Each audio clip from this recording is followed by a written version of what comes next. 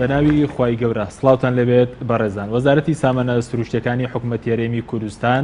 داهاتی هەناردەی نەوت بڵاو دەکاتەوە. بەپێی راپۆرتی وەزارەتی سامانە سروشتەکانی حکوومەتی هەرێمی کوردستان لە مانگی پێنجی ئەم ساڵ هەرێم بڕی 15 ملیۆن و 905,271 بەرمیل نەوتی هەناردە کردووە و داهاتەکەشی 390 ملیۆن و 748,957 دۆلار بووە. لە بەش یەکەمی بەرنامەکەماندا بە میواندارێک لە بەڕێزان فایق مستەفا ئەندامی لیژنەی سامانە سروشتەکان لە پەرلەمانی کوردستان لە ستۆدیۆی سەرکێڕوا لە شاری هەولێرەوە نەجیبە لەتیف بڕیادەری لیژنەی نەزایی پەرلەمانی کوردستان تاوتوی ئەم پرسە دەکەین. لە بەشی دومی بەرنامەکەشماندا تاوتوی دۆخی بەڵێندەران دەکەین. سەرەتا راپۆرتێک دەبینین. وەزارەتی سامانە سروشتەکانی حکوومەتی هەرێم هەناردە و داهاتی نەوتی بۆ مانگی یار بڵاو کردووە و ئەندامێکی لیژنەی سامانە سروشتەکانی پەرلەمانی کوردستانیش ڕای دەگەێنێت داتاکانی وەزارەتی سامانە سروشتەکان ڕاستنین و بڕوامان پێیان نییە. بەپێی راپۆرتی وەزارەتی سامانە سروشتەکان حکوومەتی هەرێم لە مانگی ئایاریەم ساڵ بڕی 15 ملیۆن و 905,271 بەرمیل نەوتی هەناردە کردووە و بە تێکڕای ڕۆژانەش 513,041 بەرمیلی هەناردە کردووە. هاوکات لە راپۆرتەکەدا ئەوەش خراوەتە ڕوو داهاتی نەوتی هەرێم بۆ مانگی ئایار 390 ملیۆن و 748,957 دۆلار بووە. لای خۆشەوە فایق مستەفا ئەندامی لیژنەی سامانە سروشتەکانی پەرلەمانی کوردستان ڕایگەیاند داتاکانی وەزارەتی سامانە سروشتەکان جێی متمانەنین و داهاتی نەوتی هەرێم زۆر لەوە زیاترە کە لەلایەن ئەو وەزارەتەوە ڕادەگەیەندرێت. وەزارەتی سامانە سروشتەکانی هەرێم مانگانە تەنیا راپۆرت لەسەر داهاتی نەوت بە بۆڕی بڵاو دەکاتەوە. بەشێکیش لە ئەندامانی لیژنەی سامانە سروشتەکانی پەرلەمانی کوردستان دەڵێن داتاکان لە ڕێگەی بۆڕیشەوە جێی متمانە نین. ئەمە جگە لەوەی وەزارەتی سامانە سروشتەکان تا ئێستا داهاتی نەوتی هەرێمی لە ڕێگەی تەنکەر و بەرهەمی پاڵاوگە ناوخۆیەکان بڵاو نەکردوتەوە.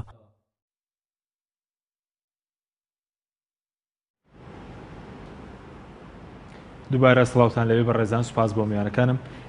کاک فایق ئەگەر لە بەڕێستانەوە دەست پێ بکەین دەمەوێت سەرنجی بەڕێستان بزانین ئەمڕۆ وەزارەتی سامانە سروشتەکان نوێترین راپۆرتی دەربارەی داهات هەناردەی هەرێمی کوردستان بۆ مانگی 5 لە ڕێگەی بۆڕی بڵاوکردەوە. ڕای بەڕێستان وەکو ئەندامێکی لیژنەی سامانە سروشتەکان لەسەر ئەم راپۆرت. بەڵێ دیارە گەر بمانەوێ بە شێوەیەکی وەرد وە بە دوور و درێژی شیکاری راپۆرتەکە بکەین دیارە کاتی زۆر زیاتر لە بەرنامەیەک پێویستە. چونکە بە راپۆرتێکە و هەروەکو سەرجەم راپۆرتەکانی تری وەزارەتی سامانە سروشتەکان ئەگەر لە ڕووی سیاسی و یاساییەوە قەزەکە معلوم بێ کە حکوومەت کەوتۆتە ژێر چۆن دەڵێ گومانی شەرعیەتەوەکەی شەرعێتێکی نەماوە لە ڕووی سیاسی و یاساییەکەەوە بیخەرە لاوە لە ڕووی داراییشەوە تەنها شیکارکردنی یەکێک لەو راپۆرتانە بەسە بۆ ئەوەی کە کۆی شەرعیەت لەو حکوومەتە وەربگرێتەوە. بەو دەلیلەی کە کۆمەڵک وردەکاری لێرەدا باس کراوە و کۆمەڵک زانیاری خراوەتە ڕوو جارە پێشە مشتێکەمەوە دەڵێنە و زانیارێنەکە ئێمە قسەی لەسەر دەکەین دیارە ئەو زانیارێنە کۆی ئەو زانیارێنەوەکو لە راپۆرتەکەش داهات بوو هیچی متمانە پێکراو نین. متمانە پێکران لەو ڕۆی کە متمانە پێکرانی زانیاری وە داتای هەر وەزارەتێکەوە بە تایبەتی ئەوەی کە پەیوەندی بەداهاتەوە هەیە دیارە لە ڕێگەی سیستماتیک و لە ڕێگەی کۆمەڵک دام و دەستگای چاودێریەوە ئەوانە چۆن دەڵێ تەوسیق دەکرێن و متمانیان پێ دەکرێت و کۆی ئەو داهات و کۆی ئەو راپۆرتە بە هەموو زانیاریەکانەوە بە هیچ زۆرێک بە هیچ یەکێک لەو فلتەری ئەو دام و دەستگای چاودێریانە بۆ نمونە دیواری چاودێری دارێ و پەرلەماندا تێنەپەڕیون بۆیە کۆی زانیاریەکانی راپۆرتەکە ئێمە بە شێوەیەکی متمانە پێکراو بەڵام هەر لەسەر ئەو ژمارە متمانە پێنەکراوانەی خۆشیان کە خستویانێتە ڕوو ئەگەر شیکارێکی تەواو بکەی لانی کەم جارێ بەشێکی زۆر لە داهات دیار نییە. ئەمە جارە تەنها راپۆرتی مانگی پێنج ئمە باز لە مانگی پێنج دەکەین دیارە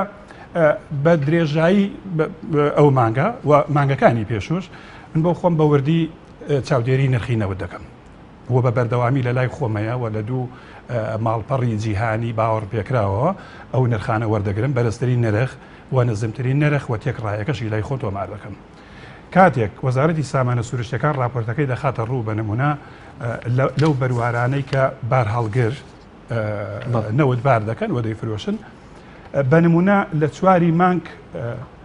ئەو بڕەنەوتی کە وەزارەتی سامانە سروشتەکان دیاری کردووە کە فرۆشتوویەتی بار هەڵگرێکە تقریبا 1475 بەرمیل بووە تێکڕای نرخ لەو ڕۆژەدا 45 و 52 دەردەچێت چونکە بەرزترین نرخ 46.41 بووە واتە 46 دلار و 41 سنت بووە و نزمترین نرخ 44 و 63 سنت بووە من نهاتوم بە بەرزەکە بۆیان حساب بکەم ئەو داهاتە لێک دەما هاتووم بە تێکڕای ئەو دوو نرخەم وەرگرتووە کۆی داهاتەکەم بڵین لێرە ئەو داهاتی ئەو بار هەڵگرم حساب کردووە بە هەمان شێوە بۆ هەموو بار هەڵگرەکانی ترکە لە حوتی مانگ هەیە لە دەی مانگ هەیە لە 12 مانگ هەیە لە 13 مانگ هەیە لە 7 و لە 8 و بەپێی ئەوەی کە وەزاری سامانە سروشتیەکان کۆی ئەو داهاتە ئەوەی تەنها جارە باسی ئەو نزیک 12 ملیۆنە بکەین 12 ملیۆن بەرمیلی کە وەزاری سامانە سروشتیەکان لە راپۆرتەکەدا جیای کردوەوە ئەمەی بە پارەی حازر داوە بە پارەی حازر بەدەست چۆنەڵی بینی تازەیە کۆی ئەو داهاتە بەپێی ئەو نرخی ڕۆژانەیە لە لای من نزیکەی زیاتر لە 600 میلیۆن دلار دەردەچێت کە ئەو 390 بەڵێ 390 میلیۆن دلاری ئەوە جارێ ئەوە بڕێکی زۆر لەو داهاتە دیار نییە و معلومە جیاوازەکەی بەشێکی تر ئەوەی کە دیاری کردو نزیکەی 3 میلیۆن و 776 میلیۆن بەرمیلە کە گوایە ئەمە دراوە بە دراوە نەوتە دراوە لە جێگەی پارەی پێشوەخت گوایە پێشوەخت پارە وەرگیرابێ جارێ معلوم نییە و پارەی پێشوەختە چی بەسەر هاتووە چونکە بە درێژایی ساڵی ناوەڕاستی ساڵی 2014ەوە تا بە ئێستا دەگا ئێمە لە شیکاری هەموو راپۆرتی مانگانەی وەزارەتی سامانە سروشتیەکان نەک ئەوەی پارەی زیاد نەبوو بەڵکو پارەی کەممان دیاری کەشف کردووە لەوەی کە پارەیەک داهاتێک دیار نییە ئەی ئەم پارە زیادەیە چۆتە کوێ ئەمە بەدەر لەوەی کە هیچ دلیل و بەڵگەیەکی لەگەڵ نیە ینی ناکرێت ئەو بڕە نەوتەی کە جاری پارەی پێشوەخت نزیکەی 180 میلیۆن دلار باشە کەواتە ئێستاوی کە لای بەڕستەوە کۆندامێکی لیژنەی سامانە سروشتیەکان بڕێ و داهاتنەوتەی کە دیار نییە لە مانگی 5 بە بڕای تۆ چەندە بە بڕای من کۆی نرخی جارێک قەنەعاتم هیچ شتێک بەوە نیە کە ئەو نەوت لە زیاتی پارەی پێشوەخت درابێ چونکە لە مانگەکانی ڕابردوودا هیچ پارەیەک دیار نیە بڵێنەمە پارەیەکە پێشوەخت وەرمانگرتو با موسە زووتر بدەین بەعکسەوە هەموو مانجە تەخیر بووە و تەبریریشانەوە بۆ کە پارە نەگەیشتووە ئێگە پارە نەگەیشتوم چۆن دەڵی دوشتی دژ بەیەکن لەلایەکەوە بڵی پارەی پێشوەختم وەرگرتووە لێرە کۆمەڵێک داهات بخێلاوە و لەلایەکەوە بڵی بۆیە پارە تەخیر دەبێ لەبەر ئەوەی پارەکە هێشتا نەگەیشتووەتە ئێرە کەواتە ئەوەی کە لە لای من کۆی داهاتی نەوت لە مانجی 5دا ئەوەی کە بە نرخی ڕۆژ و بە شێوەیەکی ورد حساب کراوە 790 میلیۆن دلارە نزیک 790 میلیۆن دلارە 4 میلیۆن دلار دیار نییە بەڵێ با 2 دلار لەوە دەربکەین بۆ هەر بەرمیلێک نرخی گواستنەوە لەوە زیاتر نییە نرخی ترانزیتوانە کە نرخێکی بەرزیشە لە چاو نرخی ستانداردی جیهانی 760 میلیۆن دلار دەمێنێتەوە 760 میلیۆن دلار بۆ کاتێک کە دلار بە 120,000 بۆ لە بازاڕە 710 میلیۆن دلارمان بۆ موچەی فەرمانبەران پێویست بووە ئێستا نرخی دلار نزیکەی 130,000 کەواتە ئەوە زۆری لە موچەی تەواوی فەرمانبەران زیاترە بەڵێ کەواتە ئێستا تۆ دەکرێت بە ڕوومی پێمان بڵێ ینی ئەوەی کە داهاتی نادیار 4 میلیۆن دلار داهاتی نەوت دیارین لە مانگی 5 بەپێی حساباتی بەڕێز بەپێی حساباتە بەڵێ من بە دقیقی 2 دلارەکەشم لێ دەرکردووە نزیک 760 میلیۆن دلار دەردەچێت بەڵام ئەو لەوێدا 379 میلیۆن دلاری کەواتە چەند دیار نیە دەکرێت و جیاوازی حساب بکرێن نزیک بە 400 میلیۆن دلار دەکەن بەڵێ سوپاس دەکەم دواتر دەگرم بۆ لای بەڕێزن نەجی بەخانەگەر بینێ لای بەڕێز سوپاس بۆ ئامادە بوونێت بەڕێستان وەکو بەرادەری لیژنەی زالە پەرلەمانی کوردستان ئایا بەڕێزیشت بڕات بە و داتاوە ئامارانە نییە کە وەزارەتی سامانە سروشتیەکان دەیخاتە ڕووە سەرنجی بەڕێز لەسەر دوایین راپۆرتی وەزارەتی سامانە سروشتیەکانی حکوومەتی هەرێمی کوردستان چییە؟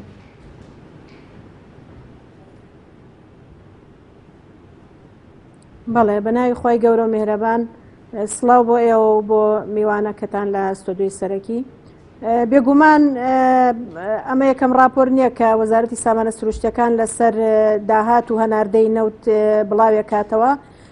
سەرجەم ئەو راپۆرتانی کە لە ڕابردووشە بڵاو کراوەتەوە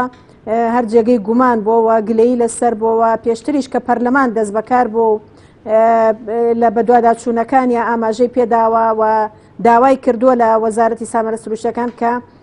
زانیاریەکان پشتڕاست بکاتەوە نەکراوەتەوە و ئەو زانیاریانە هەر بەو شێوەیە هاتووە چ جایەوەی ئێستا کە پەرلەمان لە کار خراوە هیچ ڕۆڵێکی نییە لە چاودێریکردن بێگومان ئەو داتایانە کە بڵاوە کرێتەوە لە راپۆرتەکانە هەروکو کاکفاغ ئاماژەی پێدا هەمووی جێگای تێبینیە و گلەی لەسەرەوە جێگای متمانە نیە و باوەڕ پێکراو نییە بە حکمەوەی کە دیوانی چاودێری دارایی کە ئەتوانم بڵم تاکە لە دوای پەرلەمان تاکە دامەزراوەیە لە هەرێمی کوردستانە بۆ چاودێریکردنی داهاتی هەرێمی کوردستان و داهاتی هەموو داهاتەکانی ترکە لە هەرێمی کوردستان جگە لە نەوت بێگومان دیوانی چاودێری دارایی خۆی لە راپۆرتی ساڵانی خۆی ئاماژەی بەوە داوە کە ئەو بە هیچ شێوەیەک زانیاری نییە لەسەر وەزارەتی سامانە سروشتیەکان چ لە بڕی هەناردەکردنی نەوت ولا چ لە بڕی داهاتە کە دێتەوە هەرێمی کوردستان و گلەی زۆری هەیە و خۆیان ئاماژیان پێداوەکە ئەوان بە چەندین نووسراوی نهێنی داوایان کردووەکە بە ئەوان ئاگادار بن و بە ئەرکی خۆیان هەستن لەو ڕۆوە بێگومان هەر وەڵام نەدراونەتەوە کە پێویستەکات ئەوان ئاگاداری ئەو بابەتە بن. ئەوەی کە لە راپۆرتی مانگی 5 وەزارەتی سامانە سروشتیەکان ئاماژیان پێکردووە وەکو راپۆرتەکانی ماوەکانی تر جارێکی تر دیسان ئاماژیان بەو نەوتە نەکردووە کە لە ڕێگەی تەنکەرەوە هەناردا ئەکرێ تەنها ئاماژیان بەو نەوتە کردووە کە لە ڕێگەی بۆریەوەیە کە ئەوەش جێگەی گومانە و باوەڕ پێکراو نییە لە لای ئێمە لەبەرەوەی کە ئێمە لە ساڵی 2014 کاتێکە وەزیری سامانە سروشتیەکان هاتە پەرلەمان هاتە ناوەڵی پەرلەمان وتی لە کۆتایی 2015 لە کۆتایی ساڵی 2015 ئێمە هەناردەی نەوت ئەگەێنینە ملیۆنێک بەرمیل لە ڕۆژێکە بەڵام لە کاتێکە کە ئەوە 6 مانگ بەسەر ساڵی 2016 شتی ئەپەڕێ لە ئێستاە وەزارەتی سامانە سروشتیەکان ئاماژە بۆ ئەوەکە کە ئەو ڕۆژانە 513,000 بەرمیل نەوت هەنارداکە کە ئەمە بە هیچ شێوەیەک جێگەی بڕوا پێکردن نییە و گومانی لەسرە و لە کاتێکی شاکە ئەم گومانانە باس ئەکرێ ئێمە ئاگدارین کە لە ڕێگەی لیژنە پەیوەندیدارەکان لە پەرلەمانی کوردستان و لە ڕێگەی ڕاگەیاندنەکانەوە زۆر ئاماژەی پێکرێ و راپۆرتی لەسەر بڵاوەکرێتەوە بەڵام وەزارەت هیچ وەڵامێکی نییە یعنی ئەگەر وانە ئەگەر ئەم داتایانە بەو شێوەیە نیە کە لەو راپۆرتانە و لە ڕاگەیاندنەکان باسەکرێ بۆ وەڵامیان نیە بۆ ڕوونکردنەوەیان نیە لەسەرەوە کە ڕاستیەکەی بە خەڵک بڵێن کەواتە لەبەرەوەی کە هیچ وەڵامێکیان نییەوە گرنگی نادەن بەو راپۆرتانی کە لەسەریان بڵاوەکرێتەوە بەو گومانانەی کە باسەکرێ کەواتە بێگومان گومان هەیە لەسەری وە ڕازنیە ئەو داتایانە لە هەمان کاتە کە ئەو بڕەپارەی کە ئەوان وەکو داهات باسی لێواکەن کە لەم راپۆرتەیە باسی لێکراوە بێگومان ئەم 513,040 بەرمیلەی کە لە راپۆرتەکەی خۆیان هاتووە بەپی راپۆرتەکەی ئەوان بڕی داهاتی ئەم مانگە کە خراوەتە سەر حسابی بانکی هەرێمی کوردستان بڕەکەی 390 ملیۆن دۆلارە یعنی پێشەوەی کە پارەی کۆمپانیەکانی لێجێ ئەکرێتەوە لە کاتێکە کە دوای ئەوەی پارەی کۆمپانیەکانی لێجێ ئەکرێتەوە 315 ملیۆن دۆلار ئەمێنێتەوە ئەمە ئەگەر حسابی کە ینی بەزەر بوو تەقسیم لێکی بدەیتەوە سیرەکەی ئەوان ئاماژیان نەکردووە بەوەی کە چەند ینی بەرمیلی نەوتیان بە چەند فرۆشتووە و نرخەکەی چەند بووە بەڵام کە تۆ کاتی سەیری ئەو داتایاناکی کە خۆیان بڵاویان کردوتە سیرەکەی وا دەرەچێت کە بڕی ئەو داهاتە بەرمیلی بە 24 دۆلار فرۆشراوە لە کاتێکا کە ئێمە ئازانین لە دوومانگی داهاتووە بە هیچ شێوەیەک نرخی نەوت لەو نرخیان نەبووە بەڵکو گەیشتووەتە سەر و 50 دۆلار و ئەگەر ئێستا لە کەمێک لە خوار 50 دۆلارەوە بێ یعنی ئەمە جێگەی گومانە بەڕاستی ئەگەر بە 24 دۆلار فرۆشراوە بۆچی یعنی بۆچی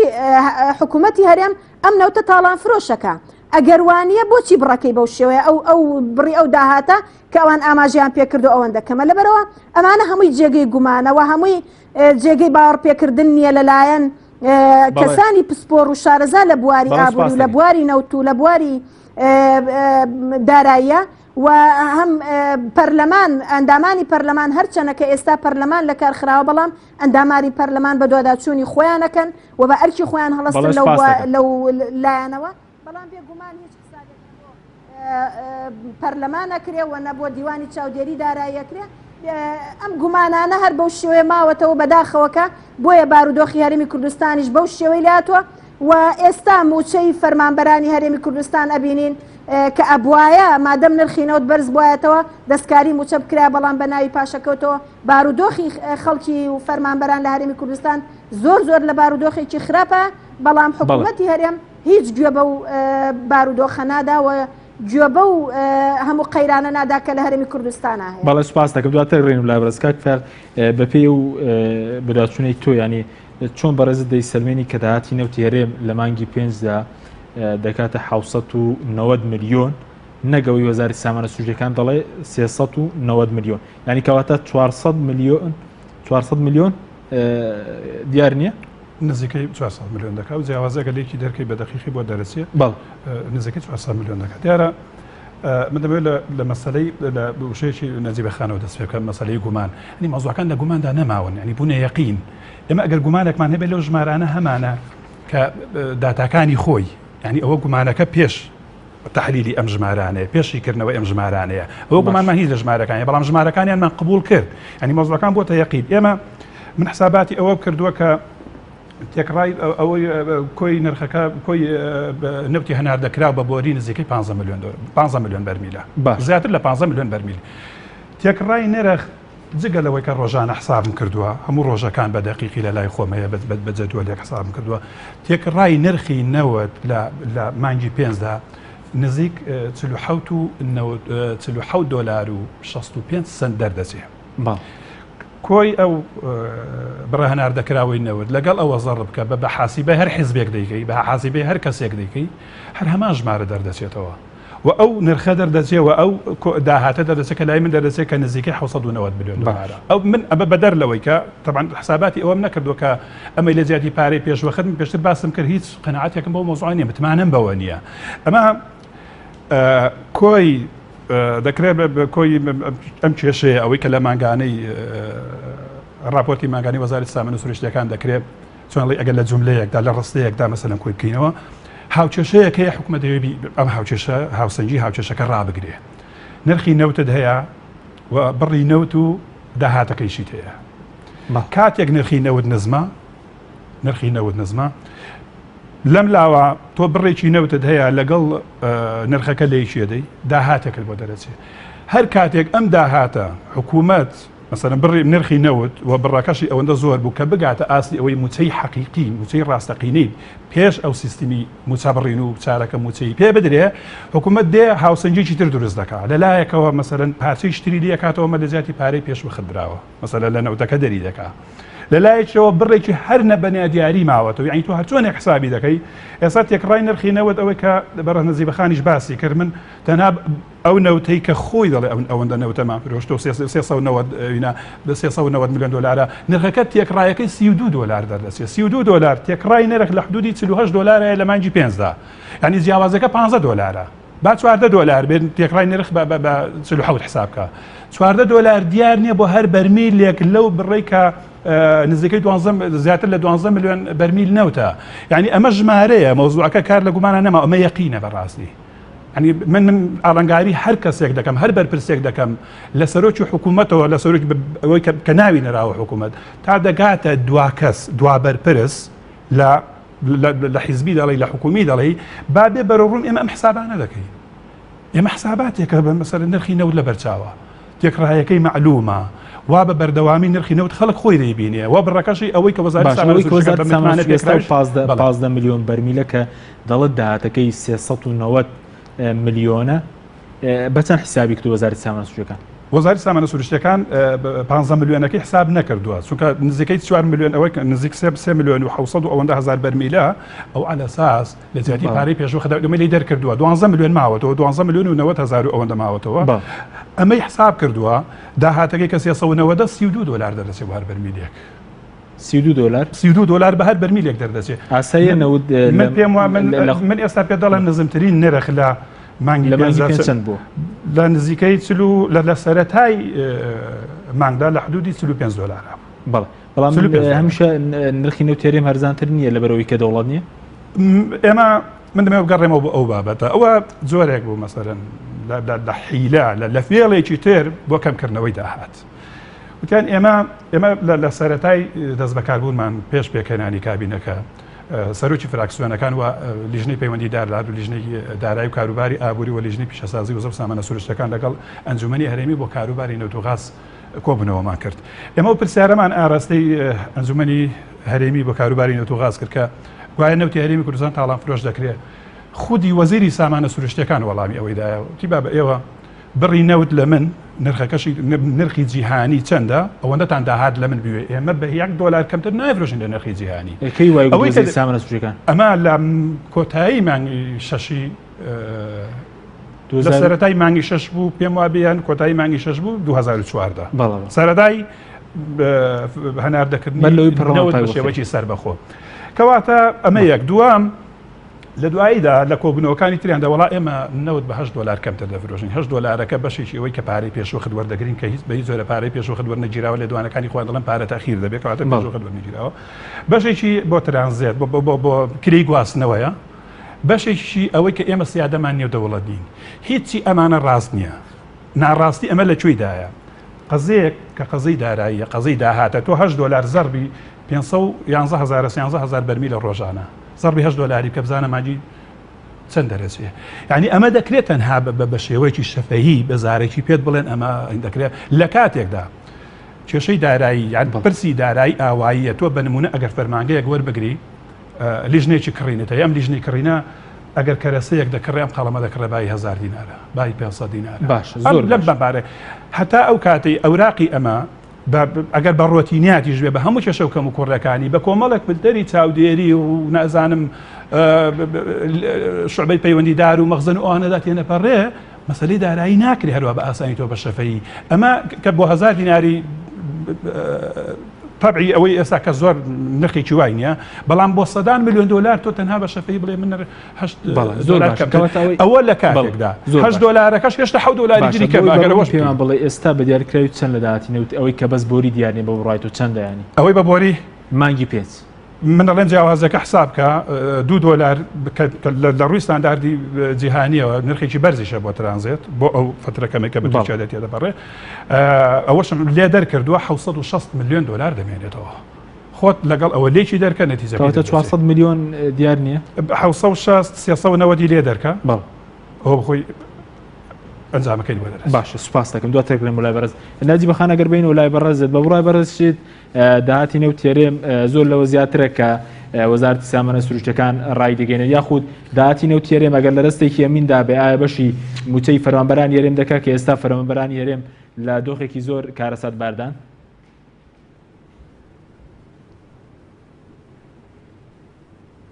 بەڵێ بێگومان وەک پێشتر ئاماژەم پێدایانی کە کاتێک داهاتەکان ڕوون نییە و وەک کاکفاغ ئاماژەی پێدا کە بەڕاستی بە هیچ شێوەیەک جێگەی باوەڕپێکردن نییە ئەو داتایانە کە ئەی خەنە ڕوو ئەگەر بەو شێوەیەش بێ ینی بەڕاستی ئەگەر ئاوهاش بێت کە ئێمە ئاگادارین ینی ئێستا بۆ موچەی فەرمانبەران سیرەکەی ینی لە ئێستاە بە پێی راپۆرتی خۆیان بۆ موچەی فەرمانبەران 440 ملیۆن دۆلار بەسە بۆ موچەی فەرمانبەران بە پێی ئەم سیستەمەی کە ئێستادا ناوە و بەناو پاشەکەوتکردنە بەڵام لە کاتێکا کە ئەبینین ئەوان بڵێن 515 ملیۆن دۆلار بە بۆری کە کاتێک باسیەکەن بە بۆری نردویانە ینی ئەوان 315 ملیۆن دۆلار بۆ داهاتی بۆری حسابیان کردووە بە پێ راپۆرتەکەی خۆیان بەڵام ئێمە بە پێی سەرچاوی ناڕسمی ینی ئەمە زۆر زیاترە لەوە لە کاتێکە ئەگەر هی بە پێی ئەوەی کە بە تەنکەریش ئەڕوات وەکو باس دەکرێت لە سەرچاوی ناڕسمیەوە بەڕ بێگومان ئەبێ ئێمە لەو سەرچاوانە وەری بگرین لە بەرەوەی کە سەرچاوی ڕسمی ئەوان وەکو چۆن ئەوەی کە بە بۆری بە ئاماژەی پێدەن هی تەنکەرەکان ئاماژە پێ نادەن بەڵام ئێمە کە لە کاتێک لە سەرچاوی ناڕسمی وەرەگرین ئەویش بە هەمان شێوە 200 ملیۆن دۆلارە ینی بۆ داهاتەکەی لە کاتێکا کاتە 515 ملیۆن دۆلار وەکوتم بەپی ئەو سیستمەی ئێستا بۆ موچە 430 ملیۆن دۆلار کەواتە زیادیشی هەیە لەو داهاتە ئەمەی ترجگە لە داهاتەکانی تری ناوخۆ هەموو خاڵە گومرگیەکان و هەموو داهاتەکانی تر کەواتە بەڕاستی بە هەموو پێوەرێک کە تۆ کاتی حسابەکەی ئەبێ موچە لە کاتی خۆیان بدرێ و بە هەمان شێوە ئەو سیستمەی کە ناوی پاشەکەوتی لێنراوە ئەو سیستمان نەمێنێ و پێداچوونی پێ بکرێ چونکە لە ئێستا نرخی نەوت بەرز بۆتەوە یعنی ناکرێت لە کاتێکا کە نرخی نەوت هاتوۆتە سەر $32 و کەمتریش موچە دراوە بەڵام ئێستا کە ئەو کاتە وتیان بە سیستمی پاشەکەوت دایان ناو ئیشیان پێکرد و وەحسابیان بۆ هیچ ڕێساو یاسایەک نەکرد نە پەرلەمان و نە دیوانی چاودێریدارایی و نە هیچ دەستگایەکی تر بەڵام لە ئێستا خۆنەوت نرخەکەی زۆر بەرزتر بووە یعنی حسابکە نزیکی دووقات بۆتەوە نرخەکەی ئەکرێ ئێستش بە هەمان شێوە بارودۆخی فەرمانبەران هەر بەو شێوەیە بێ کە لە کاتێک وعد و بەڵێنی ئەوەیاندا کە لە کاتی خۆیان و 30 ڕۆژجاری ئەوان موچە بدەن ئێستا ئەو بەڵێنەشیان نەبردە سەر کەواتە بە هەموو پێوەرێک بەڕاستی ئەم حکوومەتە ستەمێکی زۆر زۆر گەورە لە هاوڵاتیانەکە و لە فەرمانبەرانەکە بەداخەوە ینی حکوومەتێک کە ئەگەر ناوی بنەی حکوومەت بەو شێوەیە مامەڵە لەگەڵ هاوڵاتیانی خۆیان بکە و لەم هەموو قەیرانەی کە ڕوبەڕووی خەڵکی هەرێمی کوردستان بۆتەوە و ڕۆژانە ئێمە ئەبینین پێشمەرگە گیانی خۆیان بەختەکەن لە پێناوی ئەو خاک و نیشتیمانە و لە پێناوی ئەمن و ئاسایش بۆ ئەو بەرپرسە گەندەڵانە دابینەکەن ئەوان بەو شێوەیە پاداشتیانە دەنەوەکە 2 مانگ جارێ مانگونی وێ جارێ موچیان پێدەن لەبەرەوە ئەمانە بەڕاستی هەمووی وا ئەکاکە بە هیچ شێوەیەک هیچ سقە و متمانەیەک بۆ حکوومەتە نەمێنێ و هیچ مبەڕیەک بۆ بوونی ئەو حکوومەتە نەماوە بەڵکو ئەو حکوومەتە هەڵوەشێتەوە زۆر باشترە لەو حاڵەتی ئێستای لەبەرەوە حکوومەتێک کە نەتوانێ هاوڵاتیەکانی ینی بە کەمترین موچە لە کاتی خۆیان موچیان بۆ دابین بکات ئەبێت چۆن حکوومەتێک بێ لەبەرەوە بەڕاستی ئەمانە هەمووی وای کردووەکە بارودۆخی هاوڵاتیان ڕۆژ بە ڕۆژ بەرەو خراپتر بڕوە و پێم وایە کە ئەمەش لەوانەیە سنوورێکی هەبێت ینی لەوە زیاتر هاوڵاتیان ئەمە قوبوڵ نەکەن خەڵکی هەرێمی کوردستان لەوە زیاتر ئەم هەموو دزی و تاڵانیە کە لە قوتی ئەوانەکرێ ئەم هەموو فێڵ و ینی ئەو هەموو شاردنەوە و کە ئێمە یەقینمان هەیە بەڕاستی ئەو داتایانە هیچ چیوانە ئەمانە هەتاکێ قوبوڵەکرێ ینی بەڕاستی ئەمە کاتیەوە هاتۆ کە هاوڵاتیان ینی پێداچوونەوە بکەن بەو بڕیارانی خۆیانە بەو سەبر و ئارامگرتنی خۆیانە ڕاستە لە ڕابردووە ینی بەو شێوەیە کە خەڵکی بێدەنگ بووە بەرامبەر بە هەندێ شتی تر لەبەرەوەی کە شەڕ ئێمە ڕوبەڕووی شەڕێک بووینەتەوە و نرخینە و دابەزیوە و بوجە بڕاو لەلایەن بەغاو بەڵام ئێستا لەوە زیاتر بەڕاستی ناکرێ هاوڵاتیان بارودۆخیان بەو شێوەیە بڕوات لەبەرەوە بەڕاستی پێویستە کاکە لایەن حیزبە سیاسیەکان ینی بێنە دەنگ لەسەرەمە ئێمە ئەزانین کە ئەمە حیزبێکی دیاریکرا و بەرپرسە لە فرۆشتنی نەوتولا کە هەموو شتێک بەڕاستی وەزارەتی سامانە سروشتەکان خۆی ئەیکا هەر لە دەرهێنان فرۆشتن هەر لە وەرگرتنەوەی داهات هەر لە حساب بانکیەکان بە ناوی خۆیانەوەیە هەر لە تەسەڕف پێکردنی لەبەرەوە ئەمە کە حیزبێکی دیاریکرا و بەرپرسە لەمە پێویستەکە کە لایەنە سیاسیەکانی تر لەوە زیاتر ئەمە قوبوڵ نەکەن و بارودۆخی هاوڵاتیان لەبەرچاو بگرن لە ئێستاە کە ڕۆژ بە ڕۆژ بەرەو خراپتر ئەڕوە. بەڵێ سوپاس دەکەم دواتر ئەگرم وڵای بەڕێز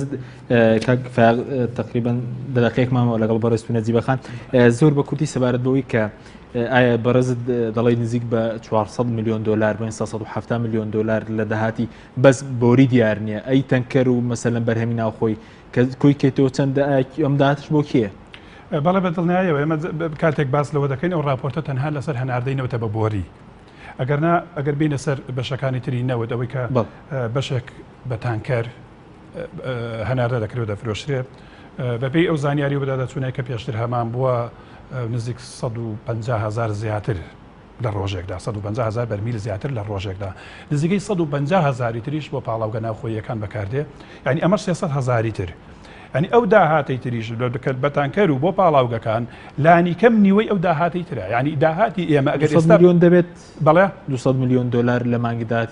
300,000 بەرمیلی ڕۆژانەیە 500,000 بەرمیلەکە نزیک ئەوەنە دەردەچێت تقریبا بە نرخی ڕۆژ 760 میلیۆن دەردەچێت ئەوە لانی کەم ئەگەرەوە بێ 300 میلیۆن دلار دەربچێ 300 میلیۆن دلار لەگەڵ ئەوە ینی زیاتر لە ملیارێک دلار تەنها داهاتی نەوتە بەدەر لە داهاتی ناوخۆ کە باج و زەریبەیان چەند قات و مەبەست 2 قات و 3 قات بەرز کردوێتەوەش داهاتی شتری زۆر زیاد کردووە ئەماژە بەوە بدەم ئەوەی کە ئەو جیاوازی 370 میلیۆن دلار دەردەچێت هەبان بەپی نرخی ڕۆژانەی نەوت دوای لێ دەرکردنی 2 دلارەکەش ئەوە بەشێکی کە نزیکەی 180 میلیۆن دلاری ئەوەیە کە چۆن دەڵێ نزیک 3 میلیۆن و 700 ئەوە 1000 بەرمیلەیەکە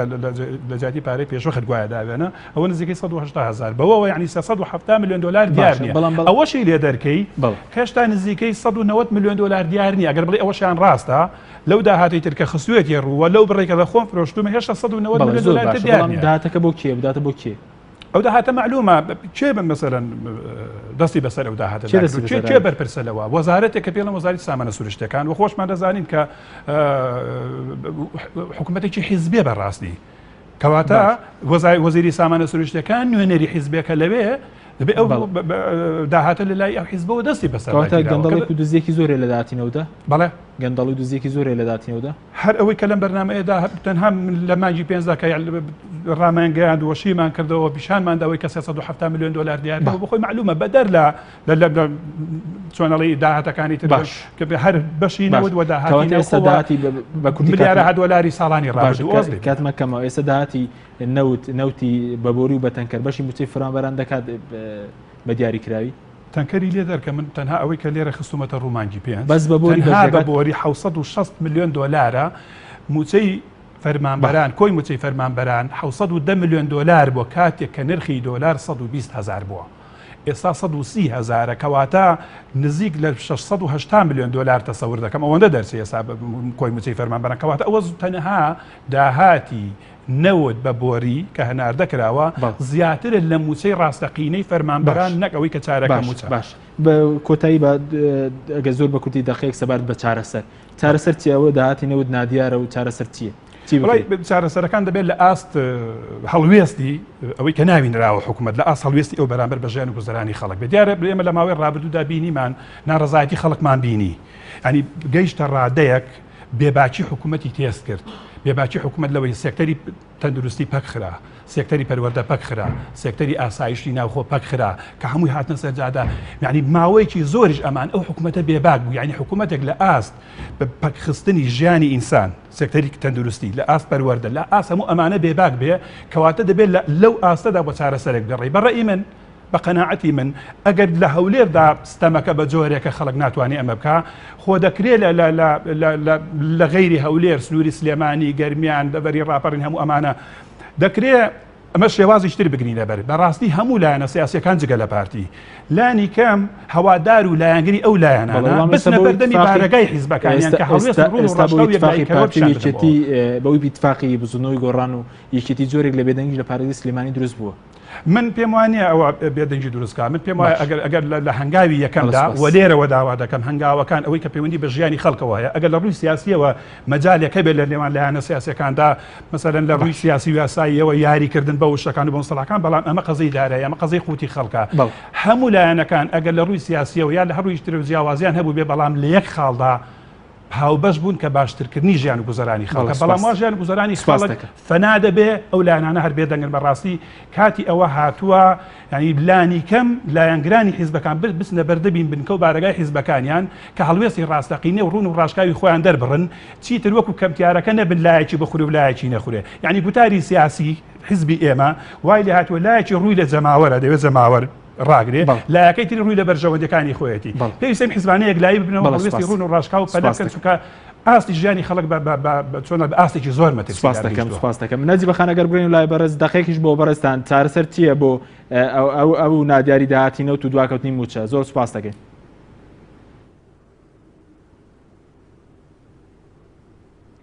بەڵێ بێگومان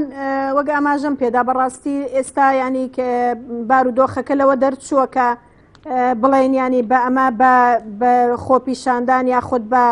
هاتنە سەرجادەی خەڵک لە بەرەوەی ئەوانە هەمووی تاقی کرایەوە حکوومەت هیچ باکی پێی نەبوو بۆیە پێویستەکە لایەنە سیاسیەکان لە ئاست ئەو بارودۆخەی خەڵکی هەرێمی کوردستان نابن و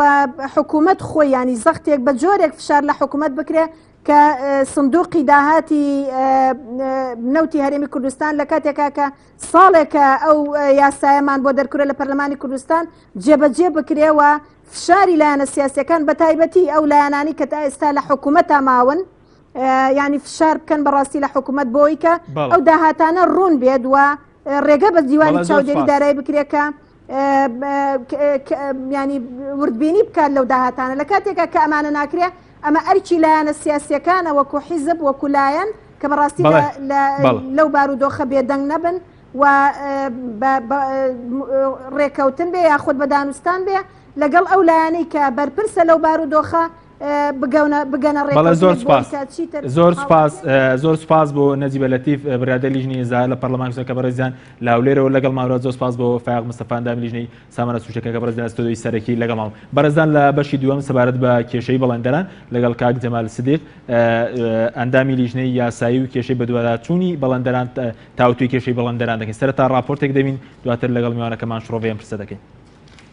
بەڕێزان بۆ جاری سیانزەهەم بە خێراتنی جەنابتانەکەین کە ئەمە جاری سیانزەهەممانە گرتبوونەوە و ناڕێزایی بەڵێندەرانی هەرێمی کوردستان لە خراپترین دۆخی داراییدان وەک دوا هەڵوێستیش بڕێریان داوە مانگرتن لە بەردەمبینای وەزارەتی دارایی و ئەنجومەنی وەزیران ڕابگەێنن بۆ ئەو مەبەستەش ئەمڕۆ نوێنەری بەڵێندەرانی هەرێمی کوردستان لە ژووری بازرگانی سلێمانی کۆبوونەوە لە کۆنگرێکی ڕۆژنامەوانیشدا کۆتا هەڵوێستی خۆیان لەبارەی کەمتەرخەمیەکانی حکوومەت و وەستانی کارەکانیان خستە ڕوو کە زۆرینەی ئەو عەزیەت و ناڕەحەتی ئێمە لە ڕووی وەزارەتی داراییەوەیە وەسەقەتی بڕیار و بەرنامە و ڕێنماییەکانی ئەوانن و ئێمە چەند لیژنەیەکمان ئامادە کردووە کە کاری لەسەر بکەین ئەوەی کە پێویستەکە بە شێوەی یاسایی لەسەری بڕۆین هەر کەسێکیش کە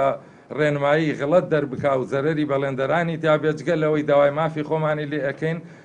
هەوڵی شەین لە ئیعلامەکانە ئەو حەقایقانە بۆ خەڵکی کوردستان ڕوون بکەینەوە. بەڵام ئەوەی کە بریکاری وەزیری دارایی بە وەکالەت دەست بەکار بووە بەڕاستیەوە ئەیبینین بە ئیتیجاهێکی نەرێنی بە نەفەسێکی نەرێنی لەگەڵ دۆزی بەڵێندەرانە هەڵس و کەوتەکە زۆرینەی کێشەکانمان لەگەڵەوە بەڕێزایە و بە ڕسمی نووسراوێکمان ئاڕاستە کردووە نووسنگەی جێگەری سەرۆکی ئەنجومەنی وەزیران لەگەڵ پارێزگای سلێمانی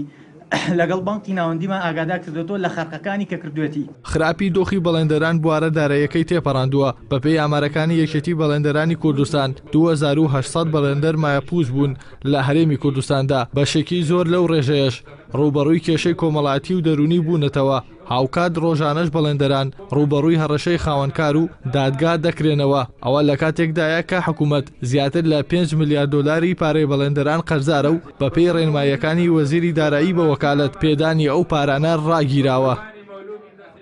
بەڵێندەران کە ئێستا لە لای حکوومەتە پارەی بەڵێندەران لە دەوری 2 ملیار دلارە و ئەو پرۆژانەی کە لەبەر دەستیشە ئەگەر تەواو بێ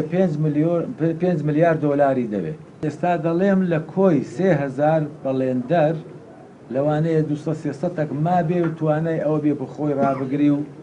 لە زێقەتەکی زۆر ناخۆشدا نەبی طبعا لە هەولێر ئاگاتان لێبوو کێشە کەوتە بینی بەڵێندەر و خاوەن کەرەستەی بیناسازی 2 نەفەری لێ کوشتن و خۆشی بزر بوو کەس نازانی مەسیری چییە بە خۆی و بە مناڵی و بە ژنی و بە عایلەیان و بە خزم و کەسیەوە هەموویان ون بوو. لیژنەمان پێکێناوە ترازاوین لە دەستەی باڵا و لەقەکان ڕەنگە ئەوەی کە حکوومەت تەوەقعێکرد ئێمە بە گفتوگۆ ئەوانە چارەسەران لەگەڵا بکەین بەڵێندەران پەنا بۆ ڕێکاری مەدەنیە بن کە ڕێکاری مەدەنی ڕەنگا و سایمەش تێتەڕە نەکەینە سەریانە خۆیان هەر ڕێگایکی یاسایی مانگرتن ئەوانە بگرن ئێمەش لەگەڵیان بەیاننامەش دوای ئەمە کۆبنەوەکە تەواو بوو تەبان بەیاننامە.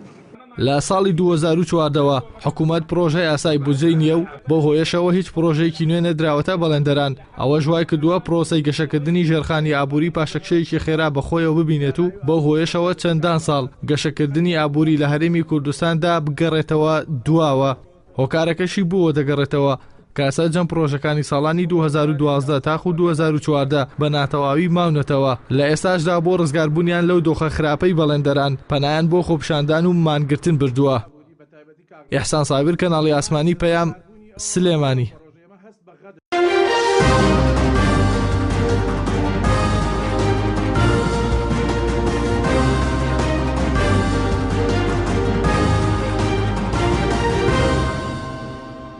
دووبارە سڵاوتان لەوێ بەڕێزان کاک جەمال بەخێر بێن زۆر سپاس بۆ ئامادەبوونێت بزانین کێشەی ئێوە لەگەڵ حکوومەت هەرێم چییە؟ سەرەتا بە ناوی خوا ئیمڕۆ ئێمە وەکو یەکێتی بەڵێندەرانی سلەیمانی هاوکات بە نوێنەرایەتی سەرۆکی دەستە لە هەولێرەوە تەشریفیان هێنابوو لە هەمان کاتە بەڵێندەرانی دووهۆکیش لە هەمان کۆبوونەوەدا بوون بۆیە ئیمڕۆ بە چڕوپڕی بیرمان لەوا کردەوە کە بگەینە دەرەنجامێک کە چۆن مامەڵە لەگەڵ حکوومەتا بکەین چونکە دوای 2 ساڵ و نیو تێپەڕبوون بەسەر دۆخی هەرێمدا بۆمان دەرکە و حکوومەت خەمساردە لە ئاست بەڵێنەکانی حکوومەت خەمساردە لە ئاست بەرەو پێشچوونی دۆستەی بەڵێندەرایەتی بۆیە ئیمڕۆکە بڕیارماندا لە سێ خاڵی سەرەکیە دۆسیەکەمان بینە دادگا لە شاری سلەیمانیا زیاتر لە 200 بەڵێندەر لە شاری هەولێر و دوهۆک بە هەمان شێوە و لە هەمان کاتە 14 بۆ 15 ڕۆژ بدەین بە حکوومەت دوای ئەو 15 ڕۆژەمان گرتن لە بەردەمی ئەنجومەنی وەزیراندا ڕابگەێنین. بەڵێ زۆر باش بەس کێشەی ئێوە لەسەر چیانی حکوومەت پارەتان پێنەرێتەوە ئێوە چەند پارەتان لای حکوومەت؟ بەڵێ پرۆژەکانی ئێمە لە ڕاستیە هینی ئێستا نییە، پرۆژەکانی ئێمە هی 2012 و 2013 ئەو کات لە میزانیا تەشخیص کرابوو، پارەکان دیاری کرابوون، پرۆژەکان خرانە بواری جێبەجێکردن. ئەو پرۆژانەی کەمانەوە بۆ 2014 و 2015 لەبەر سستی پێنەدانی سلفەکانیان و نەبوونی سویلەی نەقدی لە بانقەکاندا پرۆژەکان لە 180 دواکەوت. ئەو دواکەوتنە بووە هۆی ئەوەی کە بەڵێندەر تووشی زەرێکی مادی زۆر بێت، بەهای چەکی حکوومەت بەهای ڕاستەقینەی خۆی لەدەستدا بە ڕێژەیە کە عقل تەسەور ناکە لە 300 چەک بەهای خۆی لەدەستدا حکوومەت زۆر بێباک بوو لەو لەدەستدانە چەندین جار بەڵێنیان پێداین کە چارەسەری جزریمان بۆ بکەن، بەڵێنیاندا کە کێشەکان نەگاتە ئەم ئاستەی کە ئێستا هەیە، بەڵام بەداخەوە لە دوای ئاخر سلفەکە لە 115یان لە سیوێکی 6 2015 بۆ سەرفکردین هەتا ئەم بەروارە 1 دینار بۆ بەڵێندەران سەرف نەکراوە و نەک سەرف نەکراوە بگرێت چەندین ئیجراعەتی نایاسایی و ناقانونی و ئینسانیانە بەرامبەر بەڵێندەران کراوە کە وەکو دۆسەی ئینسانیش مامەڵی لەگەڵان نەکراوە. لەوانە ئەو پرۆژانەی کە لە 2012 و 11 و 13دا تەواو بوون تەئمیناتی ساڵانەیان ئەبوایە لە ڕێی بانقەکانەوە بۆ بگەڕایەتەوە بە بڕیارێکی وەزیری دارایی بە وەکالەت ئەو بڕەپارانە هەمووی لە بانقەکانە ڕاگیرە، نازانینەوە بەڕێزە چه حقدێکیە بەرامبەر بەڵێندەرت، چونکە ئەو پارەیە کە هەیە لە 2011 و 2013دا هی تەئمیناتی پرۆژەکان هیچ کات هیچ لایەنێک بۆی نییە ئەو پارە دەستی بەسەرا بگرێ و نەیداتەوە. لەوە لە هەمان کاتە تا ئەم بەروارە پارەی خیتاب زەمانمان لێوەرەگیرێ، پارەی دەستەبەری کۆمەڵایەتیمان لێوەرەگیرێ، زەرائیبمان لێوەرەگیرێ، پرۆژەکانەوەی ڕانەگیراوە مەساریفی ئیداری لەسەرە. بەڵە زۆر باشە کاک جەمال، بەس سەبارەت بووی کە ئێستا ئێوە چەند پارەتان لە حکوومەتە پێتان ناداتەوە؟ ئەوەی لە بەردەستمانە زیاتر لە 2 تریلیۆن دیناری عێراقی کات کە نزیکەی ملیارێک و 800 ملیۆن دۆلارە پارەی سەرجەم بەڵێندەران. حکوومەت و پارێکە و پارێکی و پرۆژەتان ئەنجامدا حکوومەت پێی نەداوە. خۆی پارەکە دوو بەشە، بەشێکیان ئەو پرۆژانەی کە کارمان کردووە و پارەکانیان حکوومەت بەچە خسووینەتە سەر حساب و لە بانقا ناماندنەوەکو سویلە وە کاریشی پێ ناکرێ، نە بەچەکی مصدق نە مامەڵەی بازرگانی، تەنها ئەرقامێکە و لە حسابمانایە. باشە زۆر باشە، کەواتە ئێستا ئێوە بەنیازن سکاڵ لەسەر حکوومەت تۆمار بکەن؟ بەڵێ ئیمڕۆ لە نەتیجەی کۆتاییدا گەشتینە ئەو بڕیارە 3 لیژنمان پێگانی، لیژنێکی بەشی یاسایی کە بەندە ئەندامە تایدا، ئەو لیژنەیە هەڵدەسێ بە کۆکردنەوەی دۆسەی هەموو کۆمپانیاکان و ڕادەستکردنی بە دادگای سلەیمانی و هەولێر و دوهۆک، لە پاشان ئەگەر وەڵامەکە ئەرینی نەبێ دەیدێنە دادگای فیدرالی، بەڵێ دەیدێنە دادگای فیدرالی عێراق، دەیدەینە UN، دەیدەینە هەموو ئەو باڵێزخانانەی کە لە هەرێمی کوردستان هەیە. لەبەر ئەوەی بۆمان دەرکەوتووە ئەم قەیرانە قەیرانێکی دەستکردە، هەتا ئێسەش بۆ تەحملمان کردووە و لەبەر خاتری ئەوەی کە لەوە زیاتر قوڵ نەبێتەوە وەزعی هەرێمی کوردستان وەزعێکی نالەباری هەیە، وەزعێکی خراپی هەیە، بە ڕەوشێکی خراپاتیە پەڕێ، بەڵام دڵنیا بووینەوە لەوەی کە حکوومەت نایەوێت چارەسەری کێشەی بەڵێندەران. ئێوە گەیشتونەتەوە بڕوایی کە حکوومەت پارەی هەیە بەڵام پارەکەی ئێوە ناداتەوە؟ بەڵێ بەفعلی ئەمەی کە ئێستا ڕوئەدا قەیران نییە. بەڕێزم قەیران لە هەموو دنیادا بڕۆ دیراسە بکە، کاتێک کە قەیرانە بێ حکوومەت هەڵدەسێ بە داتاکانی مانگانەی داهات و خەرجکردن بە شەفافی، بەڵام لە ئێستادا تەنها داهاتی ناوخۆ تەنها داهاتی ناخۆ نزیگە بێتەوە لە موچەی فەرمانبەران بێ لەو هەموو نەوتەی کە دەفرۆشترێ لە ڕێگەی تەنکەر بێ لەو هەموو نەوتەی کە لە ڕێگەی بۆریۆ دەفرۆشتێ لە هەمان کاتە ڕێگەچارەی تر هەیە بۆ دۆسەی بەڵێندەران چەندین شەریکەی عالەمی ئیستعدادی تایە قەرز بدات بە حکوومەت بە بڕی 2 میلیارد 3 میلیارد دلار بە قەرزی 4-5 ساڵ بە ڕبحێکی زۆر کەم کە حکوومەت لەو کاتەدا من لێرەوە لە ڕێم بەرنامەی جەنابتانەوە بە وەزیری دارایی بەڕێز ئەڵێم بە وەکالەت بەڕێزم ئێمە وەکو بەڵێندەران قسەمان لەگەڵ چەندین جیهەتی دەرەوەدا کردووە کە ئیستعدادیان تایە تەنها بە زەمانێکی بانکی کە حکوومەتی هەرێم زەمانی بانکی بدا بەو شەریکەیە ئیستعدادی تایە بودجەی هەموو بەڵێندەرانی هەرێمی کوردستان دابین بکە بۆ 5 ساڵ وەک قەرز بیدا بە حکوومەت حکوومەت لەو کاتەدا 2 جار ئیسفادەکە یەک جارێکی کە کەرتی تایبەت دەکەوێتەوە گەڕ جاری دووەمیش لە ڕێی ئەو پرۆژانی کە ئەگەوێتەوە گەڕ حکوومەت